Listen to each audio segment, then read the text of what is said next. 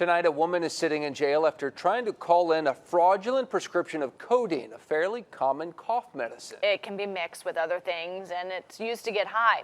NBC2's Annalise Garcia tells us more about this so-called purple drink.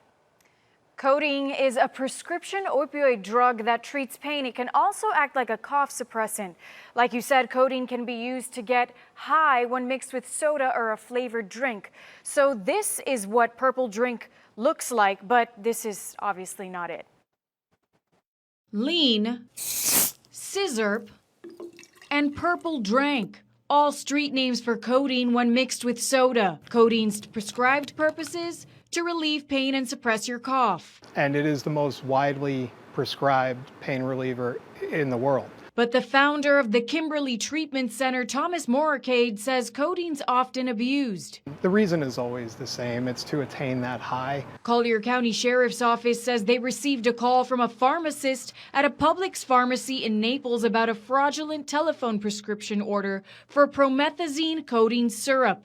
The prescription order was under the name of Dr. Manuel Gonzalez. It also had his registered DEA number. Dr. Gonzalez told CCSO this was not the first time his name was used in the same exact situation at another pharmacy. The pharmacist is really the last line of defense before that medication gets into the hands of the individual. This woman, Eileen Andino, showed up to Publix pharmacy to pick up that same prescription. Detectives were there too. They arrested her quickly after she walked out of the store.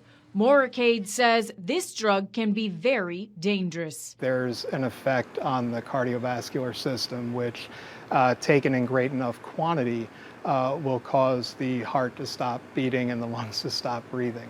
Overdose and death.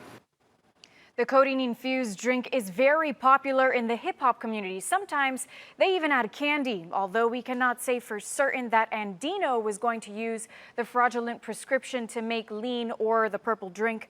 But she's being charged with trafficking and false impersonation. Live in the studio, I'm Annalise Garcia, NBC2.